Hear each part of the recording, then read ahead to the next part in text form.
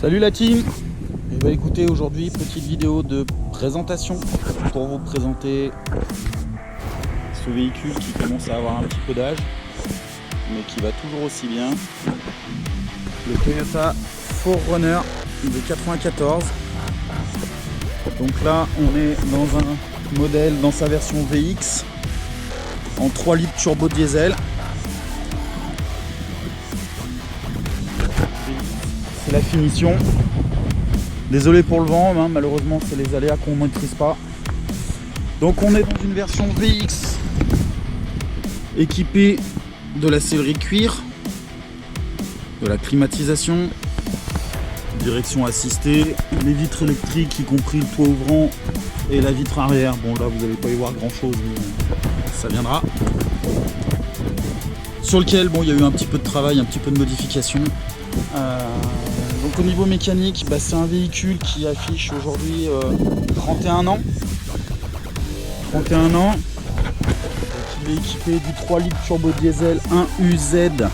Non, je dis des conneries, c'est KZN. Un KZT, c'est le KZN 130. Donc la référence de la série et la référence du moteur, c'est le 1 KZT. Le 1UZ étant un V8. Donc là on est sur un véhicule qui a donc 31 ans. Vous pouvez voir là le boîtier du treuil puisque donc le véhicule est équipé du treuil. La remplette bien évidemment, le feu angulaire. Mais ça fait partie du point éclairage qu'on verra plus tard. Donc le 1KZT c'est un 3 litres turbo diesel qui est référencé par les Américains comme étant à l'épreuve des balles. On est sur un véhicule qui aujourd'hui affiche un petit kilométrage. La dernière vidange, vous voyez combien elle a. Allez, juste pour le plaisir, j'ai même pas fait le nettoyage des vitres. Comme vous pouvez voir, il affiche 477 000 km au compteur. Donc c'est un véhicule qui est équipé de l'air conditionné, la climatisation donc. C'est un véhicule donc un 3 litres turbo diesel. Au niveau de la préparation mécanique, il n'y a absolument rien du tout, c'est-à-dire qu'il est entièrement d'origine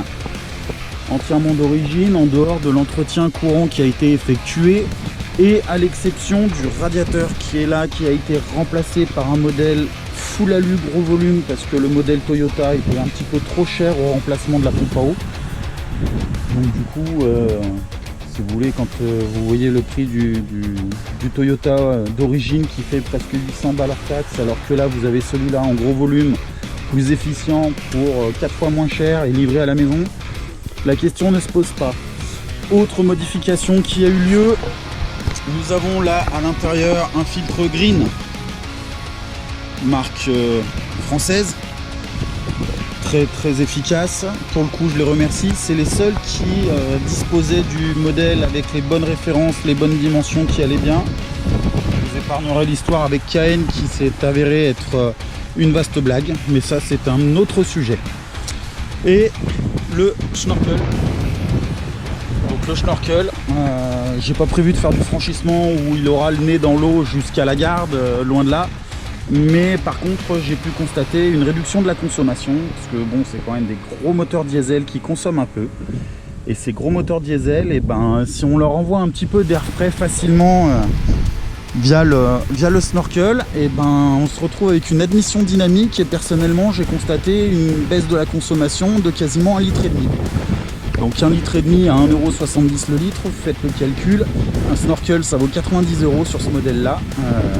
En soi, en quelques milliers de kilomètres, il est rentabilisé, amorti et remboursé même. Donc voilà, donc après mécaniquement, voilà, comme je vous disais, on est sur un véhicule qui n'a subi aucune modification, aucune transformation à l'exception d'un filtre à air, du snorkel et de la partie refroidissement qui a été améliorée. Donc ce véhicule, comme je vous disais, est entièrement d'origine à l'exception de quelques petits points. Donc les jantes qui ont été remplacées mais qui conservent les dimensions d'origine, à savoir du 31 10,5 par 15. On est sur des Kumo. On a un petit peu d'élargissement via les jantes, ce qui fait qu'on se retrouve avec un véhicule avec les jantes qui sont affleurant les ailes mais qui ne dépassent pas. Ça a l'avantage de rester dans la légalité en l'asseyant un petit peu. On a donc, comme je vous disais, un treuil 6 tonnes à l'avant avec l'antenne de la CB. La partie éclairage qui a été modifiée pour le coup, parce que il y a des fois on se retrouve dans des circonstances où on aime bien y voir un petit peu clair. Et puis voilà, et puis bon, voilà, après les petites trompettes pour faire plaisir aux gamins parce que ça fait toujours rigoler les gosses. Et sinon, c'est à peu près tout. Donc c'est un véhicule de 94, je le rappelle. Un véhicule de 94 donc, qui affiche 477 000 km compteur. Comme je vous ai dit un petit peu plus tôt, c'est un modèle qui est VX, en finition VX. Donc c'est un modèle qui est équipé de la climatisation, du cuir chauffant, de 6 litres électriques. Donc vous avez, comme vous pouvez apercevoir au-dessus de ma tête, le toit ouvrant qui est électrique. Et on a également la vitre du haillon tout là-bas au fond, que vous ne devez pas bien voir avec le bordel qu'il y a derrière, mais ça, on y viendra après, qui est également électrique. Là-dessus, donc on a bien évidemment direction assistée, fermeture centralisée. J'ai modifié pour y intégrer un flip à distance, mais bon, ça, j'ai envie de dire, c'est du commun dans ce genre de modification, c'est assez facile. On a les rétroviseurs électriques. Et puis pour une voiture qui a 30 ans, c'est déjà pas vilain. Dans les modifications qui ont été faites, donc on a eu l'ajout d'une CB. Une CB, quand on part à plusieurs, ça permet de pouvoir effectivement communiquer avec les copains sans forcément passer par le téléphone. Et quand le réseau est instable ou inexistant, puisque ça arrive, ça permet de pouvoir rester en contact avec les copains. Sinon, il y a également un inclinomètre, mais ça je vous le filmerai pas parce que c'est une chinoiserie qui n'est pas forcément très efficiente. Tout comme le mano de pression turbo qui était plus là pour faire l'objet d'une surveillance du turbo qu'autre chose. Et sinon, il est équipé d'un poste autoradio avec écran motorisé type CarPlay de marque Pioneer, dont je suis très satisfait. Qui a l'avantage d'être motorisé, donc de ce fait il se range, on gagne en discrétion, ce qui permet de pouvoir pas se casser la tête, on stationne, l'autoradio se voit pas et puis on se casse pas la tête, ça va très bien, ça reste discret et on ne le voit pas. Pour la partie extérieure, donc comme vous pouvez le voir, il est équipé d'une Swiss King 140 installée sur un système de barre Rhinorack avec les rails Rhinorack qui ont été fixés directement sur la voiture puisque la voiture n'est pas équipée d'origine de rails. Ce modèle là c'est compliqué, donc c'est ou les rails qu'on fixe comme ça dans le toit ou alors les barres de toit qu'on prend dans les cadres de porte mais qui a du coup la particularité de condamner le toit ouvrant. On est sur un rack de toit fabriqué maison avec tout un faisceau d'éclairage également fabriqué maison. Le tout est fonctionnel bien évidemment et pilotable par un boîtier Auxbeam qui se situe à l'intérieur de l'habitacle que vous pouvez trouver juste ici qui permet donc de piloter l'ensemble des éclairages.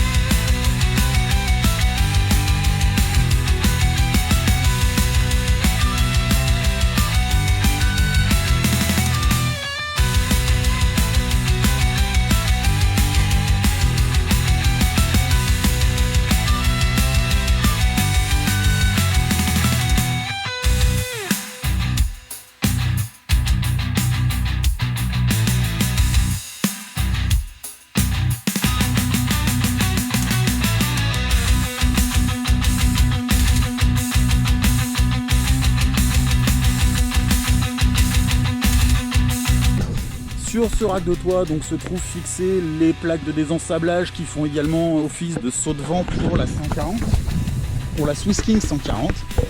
Et celle-ci a la particularité qu'elle a été modifiée pour pouvoir s'ouvrir sur l'arrière.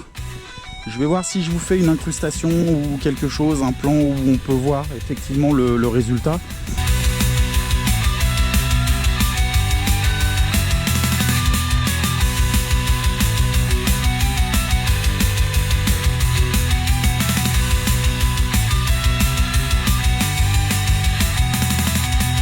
Mais celle-ci s'ouvre sur l'arrière parce que dans la partie coffre, vous allez voir qu'il y a toute la partie aménagement avec cuisine, refroidissement, etc. Donc pour la partie arrière, et écoutez, on est sur un véhicule qui est dérivé de son grand frère, donc qui tire le nom pour certaines régions du monde, à savoir le Hilux. Vous avez passé la cinématique, mais en fait la vitre descend dans la porte, ce qui fait qu'on peut rouler avec la vitre arrière ouverte. Ça limite les turbulences et ça amène un peu d'air, c'est pas mal l'été. Pour la partie aménagement, comme vous pouvez le voir, c'est pas mal occupé. C'est pas mal occupé pour différentes raisons. Pour la partie supérieure, je dirais, le plateau coulissant du dessus, qui comporte la partie alimentation électrique, la partie chauffe et la partie froid. La partie froid n'est pas destinée à rester là-haut pour une question de poids, mais vraiment uniquement pour une question de transport. Donc le tout est monté sur un système de coulisse à tiroir qui permet de pouvoir sortir tout le matériel et d'avoir accès à la glacière et à son contenu. Pour la partie électrique, on est sur une EcoFlow qui elle est alimentée électriquement via tout un système électrique que j'ai fait au niveau de l'aménagement du coffre. Alors là je vais pas vous le filmer parce que je ne cacherai pas que c'est un peu le Bronx au niveau de l'accès, et puis c'est surtout que pour pouvoir filmer ça convenablement je suis obligé de sortir l'aménagement. Et puis la partie chauffe. La partie chauffe, et ben écoutez, donc on est sur un 2 feux camping gaz avec la bouteille de gaz cachée là sur le côté en latéral. L'avantage c'est qu'on peut tout sortir sans avoir besoin de tout débrancher. Le tout monté sur des coulis à tiroir verrouillables. Quand elles verrouillent, il faut les aider des fois un petit peu, ça aide. Et le tout habillé comme ça. Alors bon, l'habillage en moquette n'est pas terrible, je vous le conviens. Pour la partie alimentation de l'EcoFlow, comme je vous disais, c'est alimenté en électrique et c'est piloté à nouveau par notre deuxième boîtier au Lubin qui lui contrôle l'alimentation des USB, la prise 12 volts allume-cigare pour l'éventuel frigo que j'installerai un jour si ça vient à se faire. Et puis voilà. Bien évidemment avec un petit rangement sur les côtés et la partie électrique, donc scie, hache, machette pour pouvoir faire un petit peu de grillade quand on est avec les copains, c'est jamais perdu, ça va pas mal. Et puis donc de ce côté, comme je vous ai montré, la partie gaz avec un petit rangement qui n'est pas immense mais qui fait dépannage à l'occasion. Pour le reste, eh bien écoutez, on a une paire de tiroirs. Alors les tiroirs sont monoblocs. C'est-à-dire que c'est un seul grand tiroir qui est scindé en deux, qui s'ouvre sur toute la longueur du tiroir et pour lequel on a également un plan de travail. Le plan de travail sur lequel on peut venir installer la planche à découper. Et après c'est uniquement du rangement. Donc là on a un tiroir coulissant amovible pour mettre un petit peu les épices, des choses comme ça. Ranger la vaisselle, un peu les vêtements. La partie nourriture sèche notamment, puisque le frais et la nourriture humide aura plutôt sa place dans la glacière. Pour la glacière, il s'agit d'une Yeti en 65. C'est la Yeti Tundra en 65, si je dis pas de bêtises, qui me sert maintenant depuis 2 ans, pour laquelle j'ai eu un coup de cœur parce que ça reste de la super qualité. Alors bien évidemment celle-là est décorée, vous la recevez pas comme ça. Mais pour le coup on se retrouve sur un produit d'une super qualité. Elle nous a servi il y a une paire d'années en Slovénie. On se vend affreux. Bon, après, j'ai pas choisi le cadre le pire pour pouvoir présenter ce véhicule. J'ai pas choisi le cadre le pire. Donc c'est une glacière qui nous a permis de conserver de l'alimentaire et de la boisson pendant plus de 10 jours, quand on est parti en Slovénie il y a 2 ans, sans être réalimenté en glace. On a gardé la conservation alimentaire très fraîche puisque la glace est restée dans la glacière pendant presque 5 jours. Sans que celle-ci ne fonde complètement et elle présentait encore de la glace quand on l'a vidée après notre retour.